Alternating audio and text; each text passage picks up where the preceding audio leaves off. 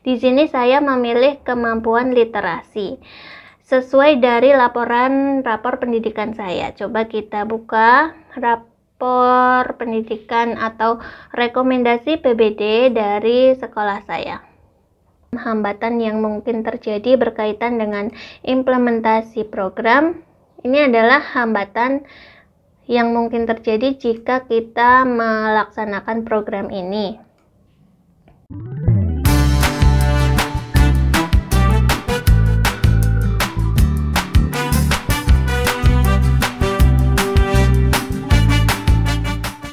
Assalamualaikum warahmatullahi wabarakatuh. Jumpa lagi di channel Bu Guru Titik.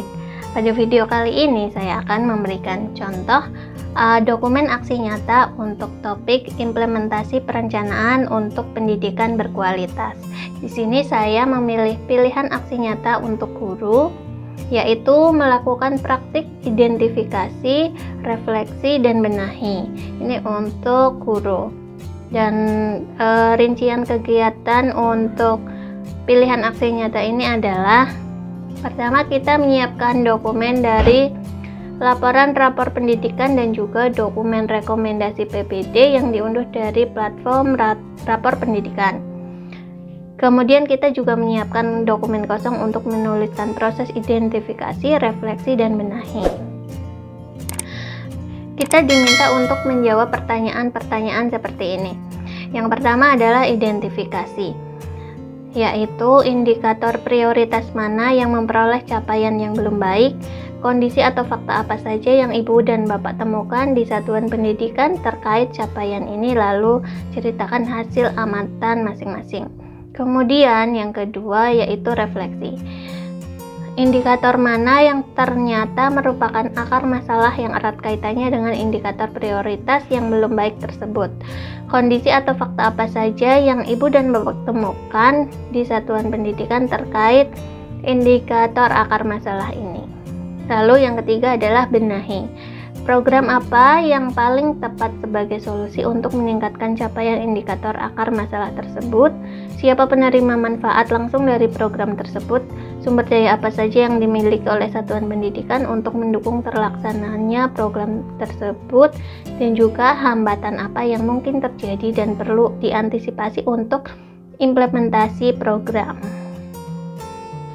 Nah, setelah kita membaca rincian pilihan aksi nyata ini, kemudian dokumen aksi nyata yang saya buat yaitu seperti ini. Terdiri dari kolom identifikasi, yaitu untuk pertanyaan yang pertama, lalu refleksi untuk pertanyaan kedua, dan juga benahi untuk pertanyaan ketiga yang harus kita jawab.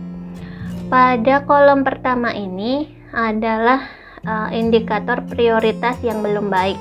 Di sini saya memilih kemampuan literasi sesuai dari laporan rapor pendidikan saya. Coba kita buka rapor pendidikan atau rekomendasi PBD dari sekolah saya.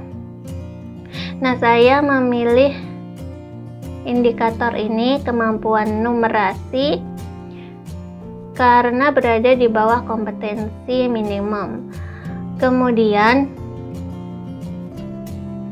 untuk kolom kedua ini yaitu kondisi di satuan pendidikan terkait capaian ini.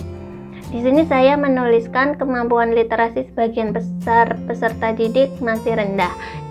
Untuk menuliskan di sini kita sesuaikan kondisi di satuan pendidikan kita terkait indikator kemampuan literasi ini.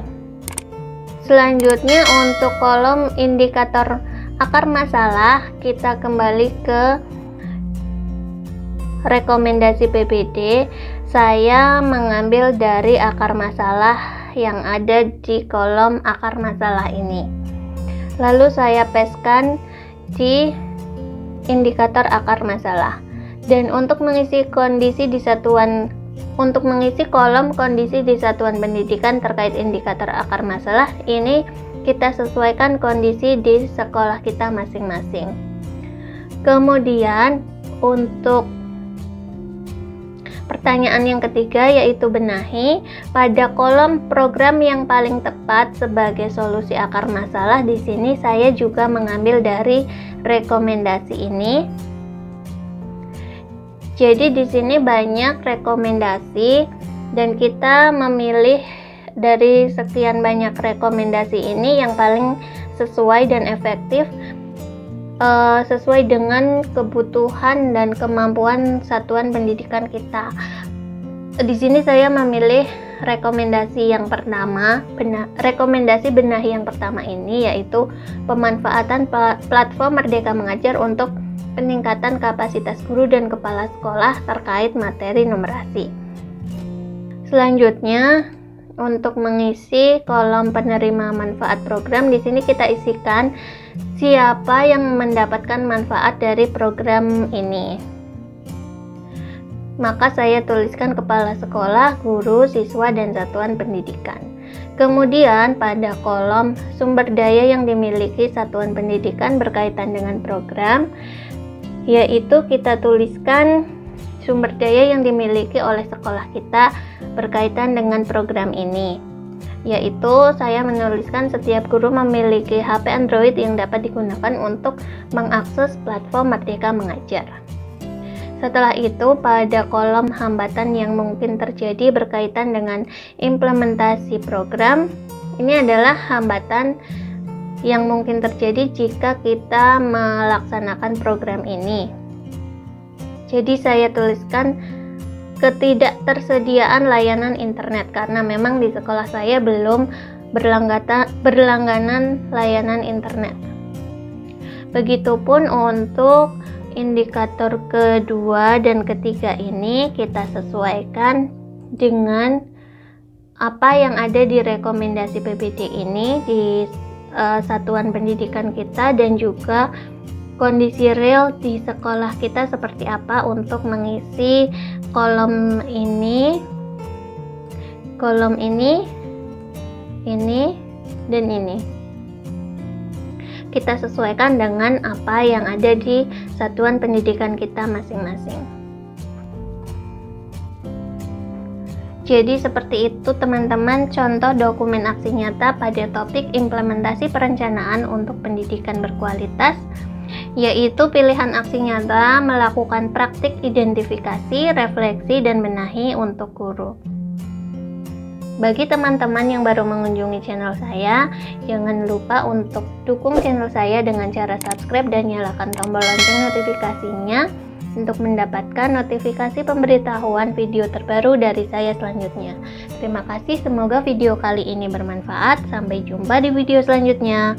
Assalamualaikum warahmatullahi wabarakatuh.